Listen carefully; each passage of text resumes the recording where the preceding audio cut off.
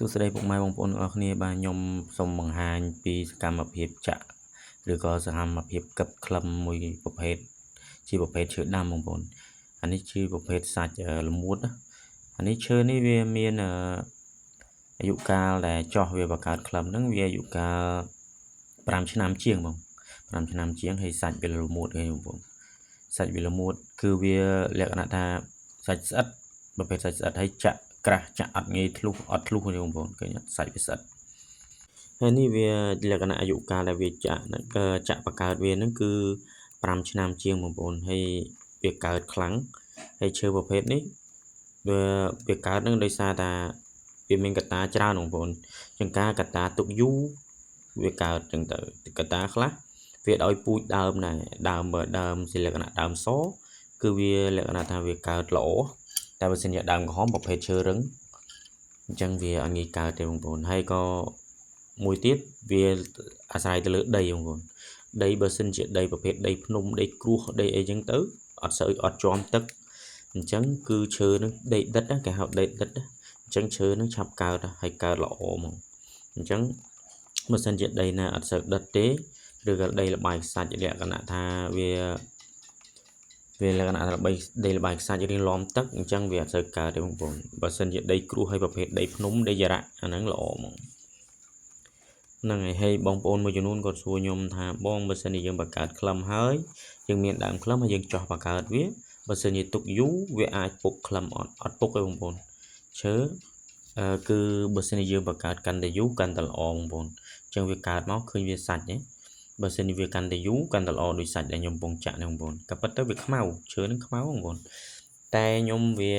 ទូរស័ព្ទខ្ញុំដូចបងប្អូនដឹងស្រាប់ហើយគឺវាថតអត់បានច្បាស់ទេហើយខ្ញុំថតនៅពេលយប់ហើយភ្លើងចាំងមកទៀតគឺវាសមើលទៅរាងសប៉ុន្តែវាមិនមែនលក្ខណៈថាវាសស្ញាទេបងប្អូនវាមើលទៅរាងខ្មៅគេហៅថាដូចកខ្វេវាខ្មៅក្របដែរប៉ុន្តែគាត់ថាវាសាច់វាល្មួតដូចវាថាដូចកមួនណាសាច់ចាក់ទៅស្អិតដែកបងប្អូនហើយអាកើមសនេះបងប្អូនកើមសនេះគឺលក្ខណៈកៅកើមកដាស់ពេលដែលវាស៊ីសាច់ស្អិតទៅកើមកដាស់អញ្ចឹងពេលអាណាវាថា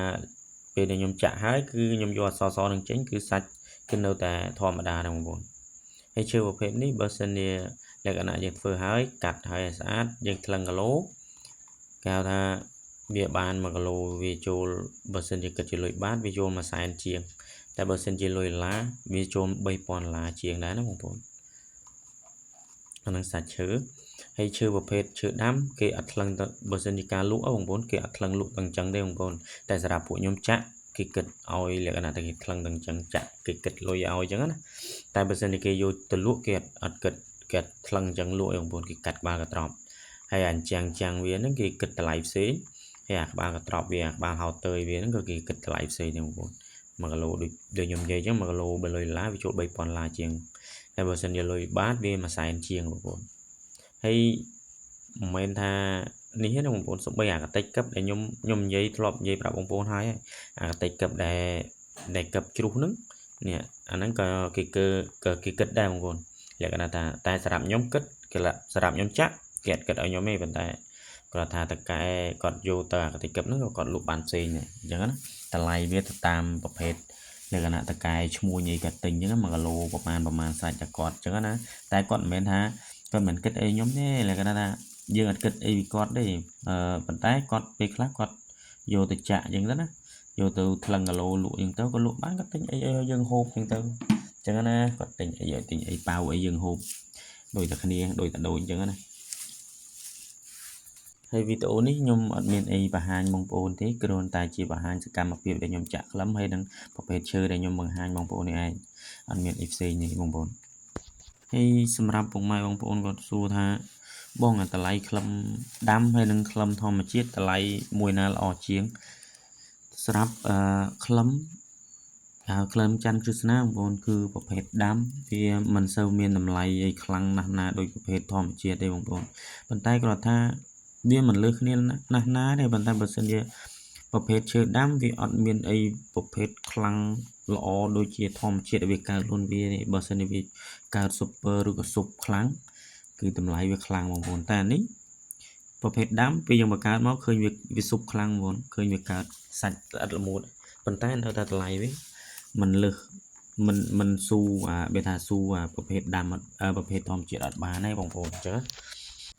ហើយវីដេអូក៏អត់មានអីច្រើនទេពុកម៉ែបងប្អូនគឺមានតែបង្ហាញប្រាប់ពុកម៉ែបងប្អូនអញ្ចឹងប៉ុណ្្នឹងឯងហើយបើសិនជាបងប្អូនមួយចំនួនគាត់ឆ្ងល់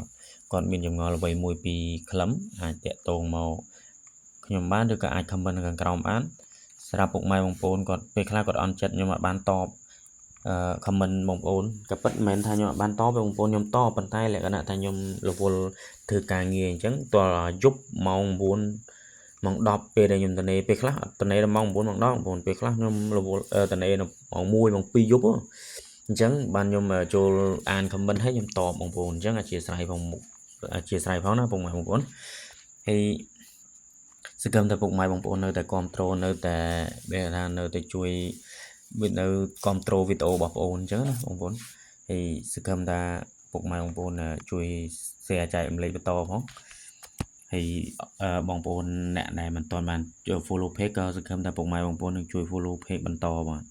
ហើយនេះអ្វីដែលខ្ញុំចាក់ហើយបងប្អូននេះសមិទ្ធផលខ្ញុំចាក់ហើយក្លឹមហ្នឹងមួយដុំហ្នឹងខ្ញុំចាក់ហើយហ្នឹងមួយខាំបងប្អូនមួយដុំហ្នឹងមួយខាំបើសិនជាគិតជាលុយខ្ញុំចាក់មួយដុំហ្នឹង1500បើសិនជាគិតលុយខ្មែរ720,000បងប្អូនអានេះខ្ញុំគិតខាំអរគុណបាយបាយ